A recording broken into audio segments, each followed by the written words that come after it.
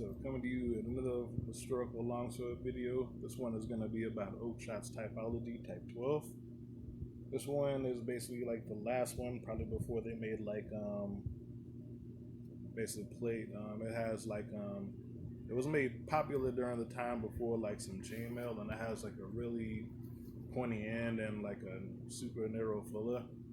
So the length of those was that there was almost like ring swordly, like a little bit under, but also still like a one-handed.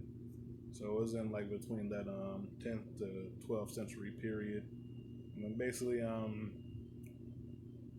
yeah, they were pretty good at like, because they had like the pointy shape, which I keep talking about distal taper, but I don't know if I'll ever cover to it.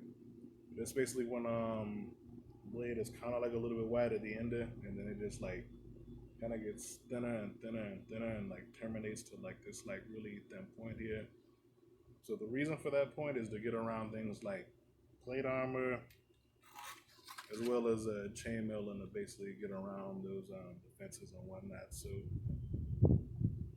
it's basically what the problems with type 10 and type 11 probably have the most, is that they have like a super broad tip. Like, to explain it a little better,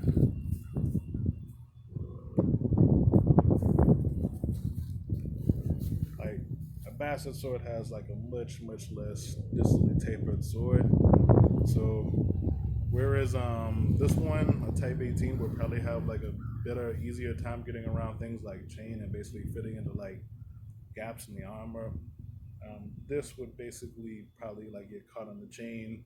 It wouldn't do as much penetration, and basically the more armor that you have that's like chain or basically better, it has like a more and more difficult time getting around it. So the chainmail is pretty much what made like type 10 and type 11 like almost completely totally obsolete, which is why you see like some of the swords in like older periods, but like they just kind of like get phased out and stop making them in like later periods.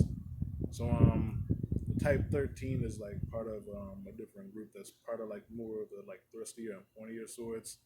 So they started making them kind of basically towards to get around the whole chain period. So it was made like really popular during that time, like all the other ones, because it's like 22 types. So yeah, it did eventually get phased out, but for that period of time, then it was pretty popular and good about getting around the chain.